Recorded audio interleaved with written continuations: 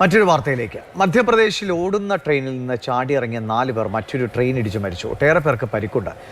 മൊറേന സ്റ്റേഷന് സമീപത്താണ് അപകടമുണ്ടായത്. ട്രെയിനിന് തീ പിടിച്ചെന്ന ഒരു വ്യാജ പ്രചാരണം വിശ്വസിച്ചാണ് ആളുകൾ പുറത്തേക്ക് ചാടിയതെന്നാണ് മനസ്സിലാക്കുന്നത്. വിഷ്ണുപ്രസാദ് വിവരങ്ങളാണ്. വിഷ്ണു, എങ്ങനെയാണ് അങ്ങനെ ഒരു വ്യാജ പ്രചാരണം സംഭവിച്ചത്? ട്രെയിനിൽ തന്നെയുള്ള ആരെങ്കിലും മറ്റേതെങ്കിലും ബോഗിയിൽ തീ പിടിച്ചു എന്ന് വല്ല ഉറക്കെ വിളിച്ചു പറയുമോ? എങ്ങനെയാണ് ഇത് സംഭവിച്ചത്?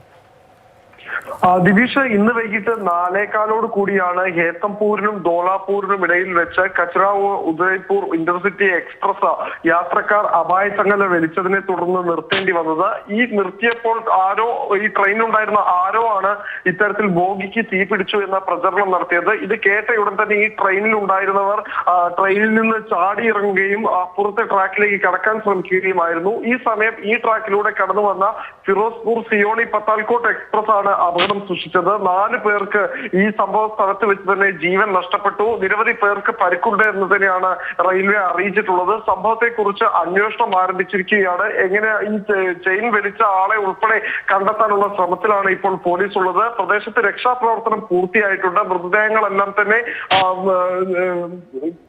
പോസ്റ്റ്മോർട്ടം നടപടികൾക്കായി ആശുപത്രിയിലേക്ക് മാറ്റുകയും ചെയ്തു. ദിവിഷ്, ശരി.